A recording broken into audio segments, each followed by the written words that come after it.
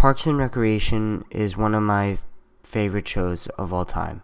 There's so many things to love about this show: the amazing characters, the subtle yet effective humor, the character development, the themes of success, failure, and mental illness, and the way it takes on political issues is all very interesting. But one of the themes I didn't quite pick up on my first watch of the show were the themes and the messages it had about love.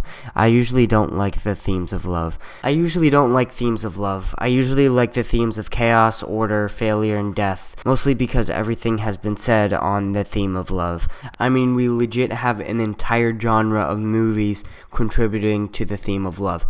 It's a little weird and a little obsessive, so when something is said that's actually new about love and so subtle that you can miss it on the first watch, it's pretty impressive. The theme of love in Parks and Recreation states that you can't chase love. It will come to you only when you are ready for it. At first, this might seem like a stretch, but I think the best example of the theme is Chris and Anne's relationship throughout the course of the show. The show starts off with them meeting as Anne thinks Chris is hot and wants to have sex with him, and is punished for it.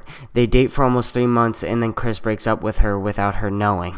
After Chris and Anne both go on a dating spree where they try to date whoever they can and try to hook up with whoever, Anne is punished by getting into fights with friends, and Chris is punished by having a year-long depression, as quote perfectly says here why Chris is feeling and dealing with depression. Difficult year for me romantically.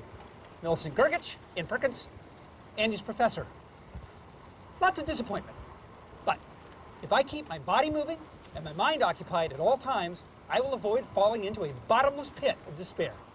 Later on throughout the show, they ended up dating and having a long, successful relationship, and this is because Anne has gotten over her obsession with boys and wants to take more control of her life. Chris gets over his depressions and becomes more focused on himself, and Anne wants to have a baby of her own and go forward with her life, and wants Chris to be the sperm donor only because of how healthy he is. Then they end up falling in love and having a baby. After this, they end up leaving the show and showing us them as characters are fully complete. Another example of this is Ron Swanson. At the start of the show, Ron Swanson is selfish and doesn't care about others. Toward the end of the show, though, he becomes more caring and empathetic.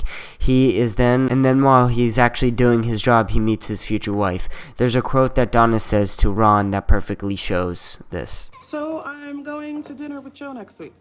Glad to hear it. It's always nice to see someone actually change for the better. Yes, Joe seems like a good man, but at this point, I'm done talking about him. I was talking about you. Your family has made you a more patient and empathetic person. You take that back. Come on, Swanson. Did you think even 2 years ago you'd be playing matchmaker for me while wearing a glittery crown? Now you're a dad. You care a little itty bit about your friends. Your King Sparkle of Cupcake Forest. It suits you.